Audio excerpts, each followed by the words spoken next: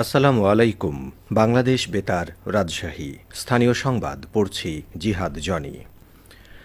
অন্তর্বর্তী সরকারের প্রধান উপদেষ্টা নোবেল বিজয়ী অর্থনীতিবিদ অধ্যাপক ড মোহাম্মদ ইউনুস জুলাই আগস্টে ছাত্র জনতার আন্দোলন চলাকালীন আইনশৃঙ্খলা বাহিনীর নৃশংস আক্রমণে আহত হয়ে চিকিৎসাধীন ব্যক্তিদের দেখতে আজ রাজধানীর শেরেবাংলা নগরে National Institute of Neurosciences ও হাসপাতাল পরিদর্শন করেছেন।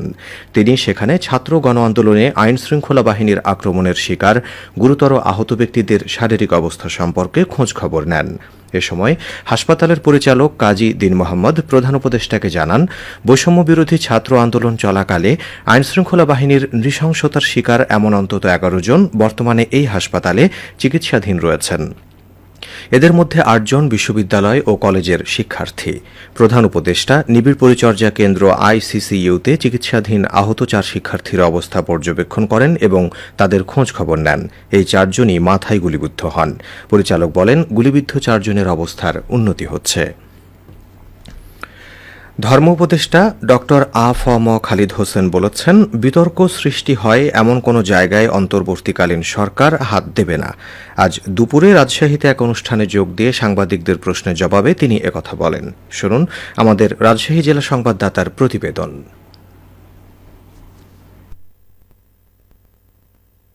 রাজশাহীতে ইসলামিক ফাউন্ডেশন আয়োজিত ওলামা মাশায়েখ সহ বিভিন্ন ধর্মীয় নেতাদের সাথে মতবিনিময় সভায় যোগ দেন ধর্ম বিষয়ক উপদেষ্টা ডক্টর আ.ফ.ম. খালিদ হোসেন। এ সময় তিনি জাতীয় সংগীত পরিবর্তন ইস্যু নিয়েও কথা বলেন। এগুলো বিতর্ক সৃষ্টির প্রয়াস। আমাদের প্রধান উপদেষ্টাও বারবার বলেছেন, বিতর্ক সৃষ্টি হয় এমন কোন জায়গায় আমরা হাত দেব।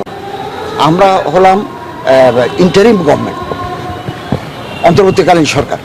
আমাদের দায়িত্ব হচ্ছে ল অ্যান্ড অর্ডার সিচুয়েশনকে রেস্টোর করা, একটা সুষ্ঠু অবাধ ইম্পার্শিয়াল নির্বাচন দিয়ে নির্বাচিত দলকে ক্ষমতা হস্তান্তর করে আমরা বিদায় নেব। সম্প্রতি দেশের বিভিন্ন স্থানে মসজিদ, মন্দির এবং মাজারে হামলাকারীদের মানবতার শত্রু উল্লেখ করে তিনি বলেন, ধর্মীয় প্রতিষ্ঠানে বিশেষ করে উপাসনালয়ে যারা হামলা চালায় তারা মানবতার শত্রু, তারা ক্রিমিনাল। আমরা ক্রিমিনালদের ধরে আইনের আওতায় আনার জন্য ব্যবস্থা নিচ্ছি।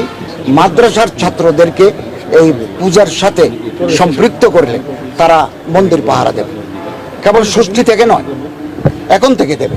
ধর্ম উপদেষ্টা আরো জানান, চলতি মাসেই সৌদি আরবের ধর্মমন্ত্রীর সাথে বৈঠক রয়েছে। সেখানে হজের খরচ কমিয়ে আনার বিষয়ে আলোচনা হবে। এ মাসেই সৌদি হজ মন্ত্রীর সাথে দেখা হবে। আমি আপ্রাণ চেষ্টা করছি যে হাতে কমানো যায় এই হাতে কমিয়ে এটাকে জনগণের কাছে গ্রহণযোগ্য একটা প্যাকেজ আমি ঘোষণা করতে চাই।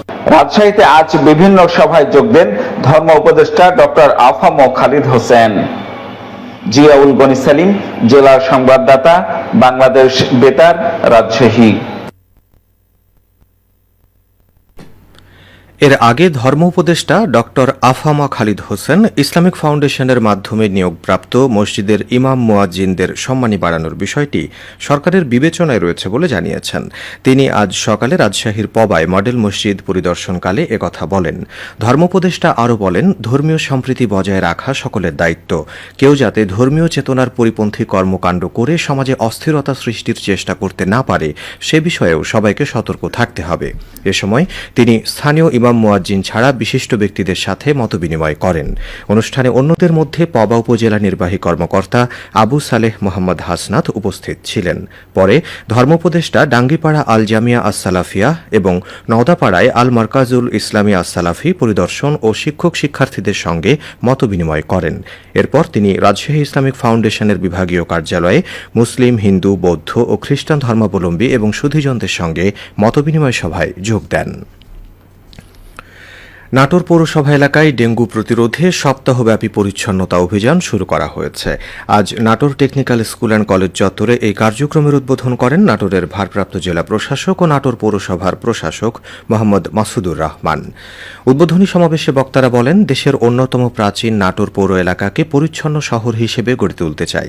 এই লক্ষ্যে পৌরসভার নিরবচ্ছিন্ন ভূমিকার পাশাপাশি পৌর নাগরিকবৃন্দকে অংশগ্রহণমূলক ভূমিকা পালন করতে হবে। এই অভিযানের মাধ্যমে জনসচেতনতা তৈরি হবে পরিচ্ছন্নতার মাধ্যমে ডেঙ্গু জ্বরে আক্রান্ত হওয়ার ঝুঁকি হ্রাস পাবে। বাংলাদেশ রোভার রাজশাহী বিভাগের সহযোজিত সদস্য অধ্যক্ষ আব্দুর রাজ্জাকের সঞ্চালনায় সমাবেশে বক্তব্য রাখেন অতিরিক্ত জেলা প্রশাসক মোহাম্মদ রওশন আলী এবং নাটোর পৌরসভার নির্বাহী কর্মকর্তা মোহাম্মদ রবিউল হক। সবশেষে আবহাওয়া। আজ রাজশাহীতে সর্বোচ্চ তাপমাত্রা ছিল ৩৫.৯ ডিগ্রি এবং সর্বনিম্ন ২৭.৮ ডিগ্রি সেলসিয়াস। বিকেল ৩টায় বাতাসে আপেক্ষিক আর্দ্রতার পরিমাণ ছিল ৬২%। রাজশাহী ও পার্শ্ববর্তী এলাকায় আজ সূর্যাস্ত সন্ধে ৬টা ১৭ মিনিটে। সংবাদ শেষ হল। আমাদের পরবর্তী স্থানীয় সংবাদ সন্ধে ৭টায়।